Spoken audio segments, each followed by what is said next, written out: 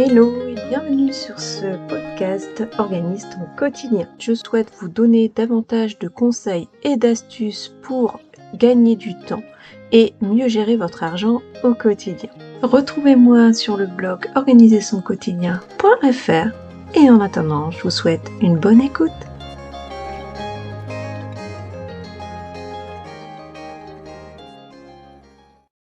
Aujourd'hui, je voulais vous parler d'organisation et par où commencer. Donc dans un premier temps, je vais vous donner des premières astuces et ensuite je reviendrai sur les 3 méthodes d'organisation que j'utilise moi-même au quotidien et qui vous permettront aussi d'être plus organisé.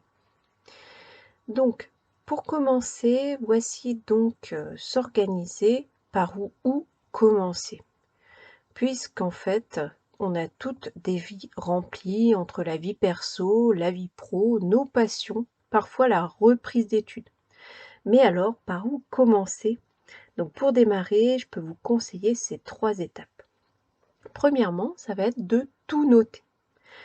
Vous allez en fait faire le vide et noter tout ce que vous avez en tête au lieu de tout garder pour vous. Donc c'est la méthode vide-cerveau. Vous allez ainsi diminuer votre charge mentale. Et comment procéder? Pour cela, vous allez prendre un carnet et un stylo et vous allez vider tout ce que vous avez en tête, c'est-à-dire les rendez-vous à prendre, les tâches à faire, les événements annuels, etc. Tout ce qui reste en fait au fond de votre tête, et souvent, si on ne les note pas, on va les oublier. Ça va permettre ainsi de diminuer votre charge mentale au lieu de tout garder pour vous. Ça, c'est vraiment la première étape indispensable. Deuxièmement, vous allez déterminer vos objectifs. C'est clairement prouvé qu'en ayant un but précis, vous arriverez plus facilement à passer à l'action. Donc comment procéder? Vous allez répondre à ces questions. Pourquoi souhaitez-vous vous organiser? Que souhaitez-vous changer dans votre quotidien? Cela vous permettra de savoir ensuite par où et quoi commencer. Vous allez vraiment mettre toutes vos intentions sur vos objectifs. C'est vraiment quelque chose de très important. Et la troisième étape, ça va être de déterminer vos priorités suivant les tâches qui ont été notées à l'étape numéro 1, donc l'étape vide-cerveau. Vous allez vous attaquer à cette liste, mais sans vous mettre trop de pression. Ça, c'est vraiment quelque chose sur lequel j'insiste, il ne faut pas culpabiliser. Puisqu'au départ, il faut savoir que ça va vous prendre du temps à tout mettre en place. Mais petit à petit, vous arriverez à faire ces routines de manière automatique. Et je vous conseille de noter maximum 6 tâches par jour, selon la méthode dont je vous parle plus loin. Donc, comment procéder? Je vais y revenir aussi plus loin, c'est d'utiliser la matrice d'Eisenhower en classant vos tâches selon le degré d'urgence et d'importance. C'est vraiment quelque chose qui va peut-être pas être évident au départ, mais petit à petit, vous verrez que vous gagnerez en efficacité sur toutes vos différentes tâches. Donc ça, c'était vraiment sur les 3 premières étapes à faire quand du coup, on ne sait absolument pas par où débuter. C'est vraiment quelque chose qui permet de retrouver un sens à donc, votre organisation du quotidien. Maintenant, je vais vous parler de 3 méthodes pour gagner du temps que j'utilise personnellement donc pour réussir à mettre en place ces tâches et les gérer selon leur degré d'urgence et d'importance. Donc ce qui revient très souvent dans les recherches menant au blog et dans vos commentaires, c'est que vous êtes à la recherche d'une meilleure organisation pour gagner du temps. Vous recherchez aussi de la motivation. C'est pour ça que je voulais vous présenter 3 méthodes d'organisation. Parce que du temps, en fait, nous aimerions toutes en avoir plus. Ne plus rentrer le soir, être fatigué devant le ménage à faire, le repas à préparer, le panier à linge à ranger, etc. On a envie de dire stop à tout ça. Dans nos vies trépidantes, gagner du temps au quotidien est devenu un élément essentiel pour se consacrer à ce que l'on aime ainsi qu'à nos passions. Donc pourquoi en fait on aimerait toutes gagner du temps? Les avantages d'un gain de temps au quotidien sont multiples, mais je vous en présenter 4, vraiment les 4 plus importantes. Donc premièrement, gérer ses priorités permet de diminuer la charge mentale. Ça, c'est clair, il faut vraiment réussir à ne plus avoir ce stress permanent.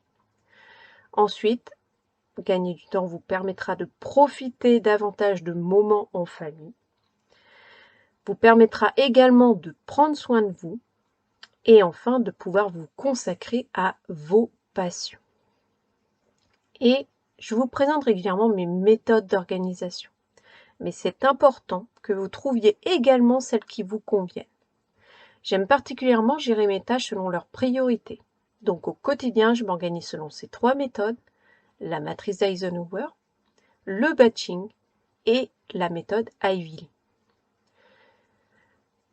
Premièrement, la matrice d'Eisenhower.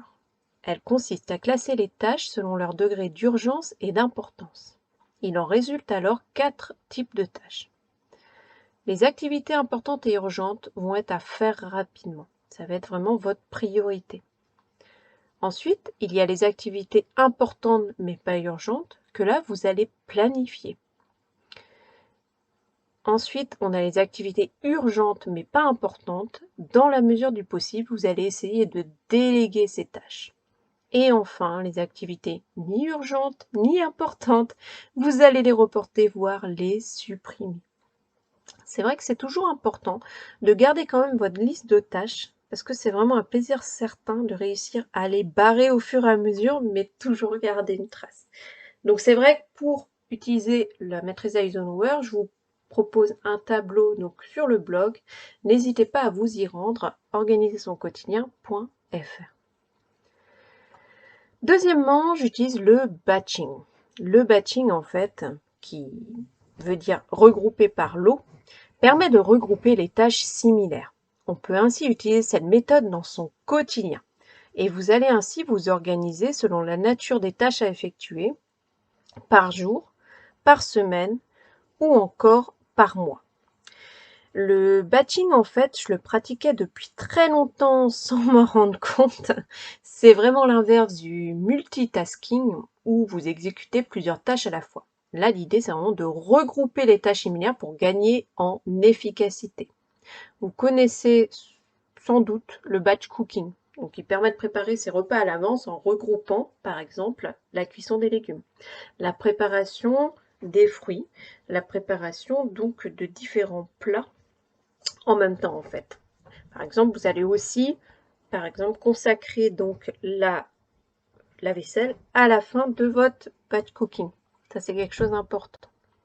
Après, pour gérer vos papiers, par exemple, ce que je fais, c'est que j'organise mes papiers personnels afin de gagner du temps en y consacrant donc un temps chaque semaine ou voire une fois par mois pour vraiment tout ce qui est tri.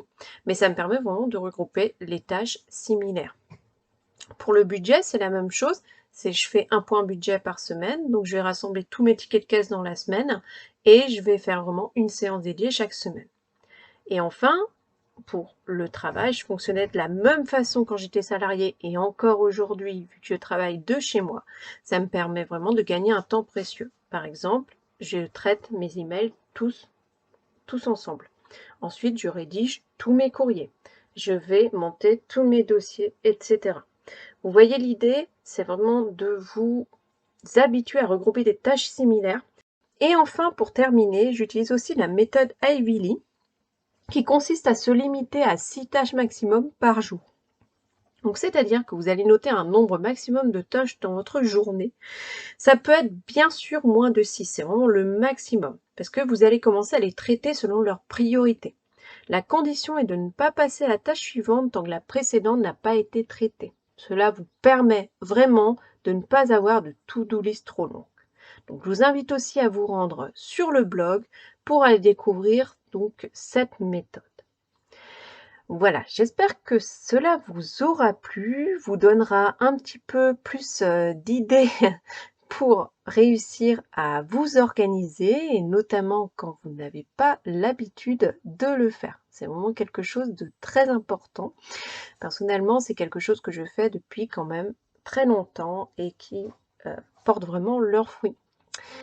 Voilà, j'espère que cet épisode vous aura plu. Vous retrouvez toutes les informations liées à cet épisode en barre d'informations et aussi sur le blog organisationquotidien.fr. Je vous dis à très bientôt. Bye.